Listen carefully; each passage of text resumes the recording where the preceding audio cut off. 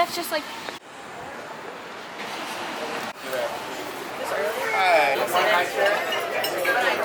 What's happening today? What's happening today? I'm fucking myself up. Leave that out. I was like, I texted her and I was like, hey, is it okay if I wear sweats? And you're like, yeah, well, I was company. No, like, I was planning on dressing. No, I was planning on wearing my gray Lulus and my blue Champion, but those colors are too light to wear in the rain. If a single like drop of water landed on them, they would instantly become discolored and it would look like I peed myself everywhere. And now Ellie's wearing sweats because she thought it was acceptable. You are shrunk to the height of a nickel and thrown into a blender. Your mass is reduced so that your density is the same as usual. The blades start moving in 60 seconds. What do you do?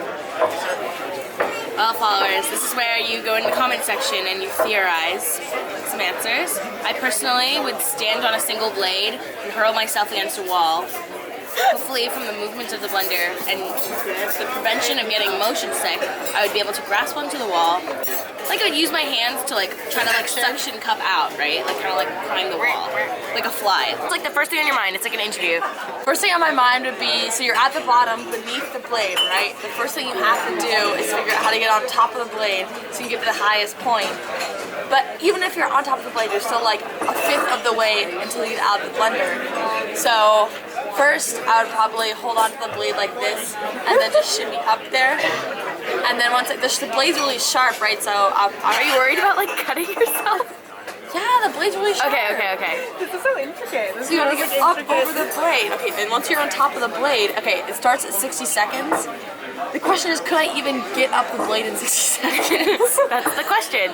You're lanky, you can do If, oh, sure, I'm lanky. So if I get on top of the blade, I'd probably just sacrifice my hands and hold onto the edge of the blade. That's not a way to live.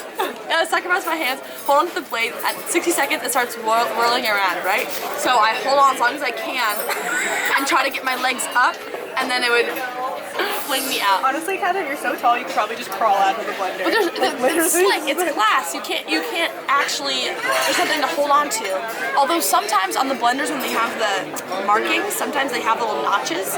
So maybe I could climb up those. But they're not on the inside, they're on the outside. Or maybe I just wait until they poured the liquid in the blender. And then I'll just... Oh, you would be like lifted up. Yeah, and then I would just wait, I would stand... Actually, what the fuck? Why isn't that an answer in the book? What? I'll read you all the answers. If they pour liquid in, like, you'll just like float up. You know what I mean? I'd probably wait until someone went to use the blender and then I'd be like, hey, I'm a little person at the blender, help me out so you don't cut me up.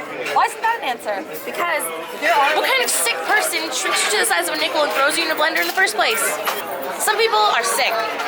Okay, what's the answer? Okay, so the question is asked, and the interviewer says, I would take the change in my pocket and throw it into the blender motor to jam it.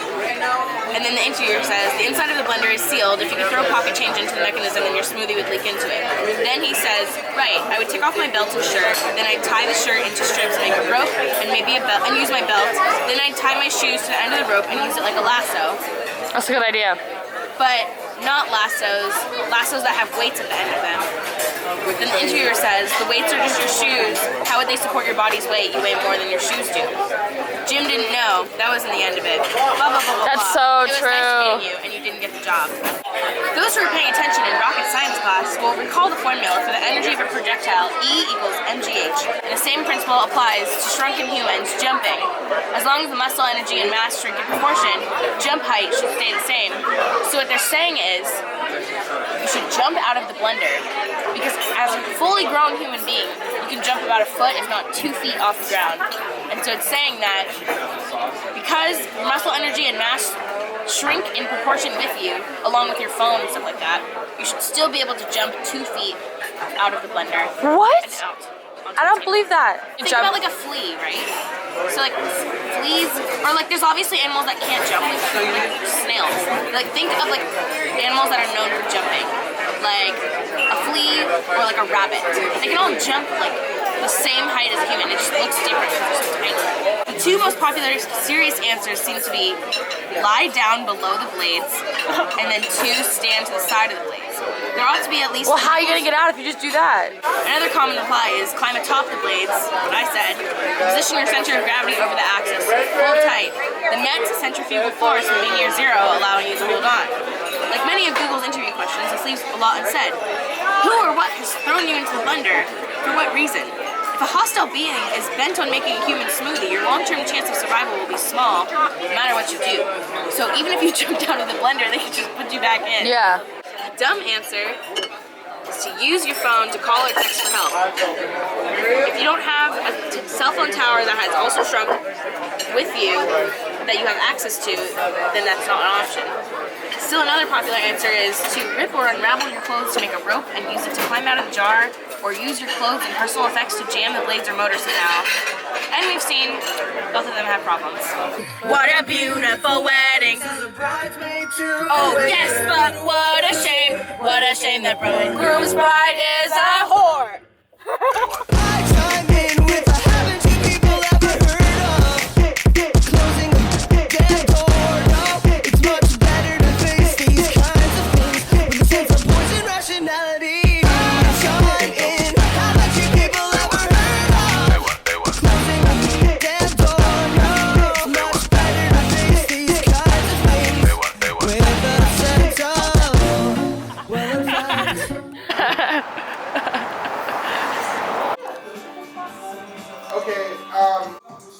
How are you feeling?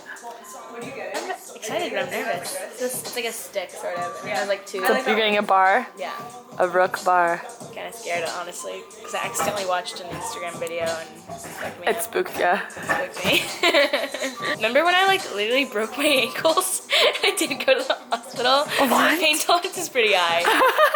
Hold on, we gotta clean you up and do all that fun stuff. I got your back. This piercing takes a little longer than your normal. You obviously trust me. Yeah, of course. Breathe into your nose and hold it. Well, it's red. I need a shot of it too. It looks good. Look new. Looks like that. I can't see it. Oh, Oh my god, wait, I saw it. It is red, huh? Yeah. Oh, that was actually not as bad as I thought at all. Good. Did you feel like that? No, it's like one of those girls just chilling. It's your spirit. Wow, we thought you were gonna scream. And then you were just like, No, you're like, I oh, you look so good. And I was like, you already got it, Jack. Awesome. Heck yeah. Everything up to you. No, not good.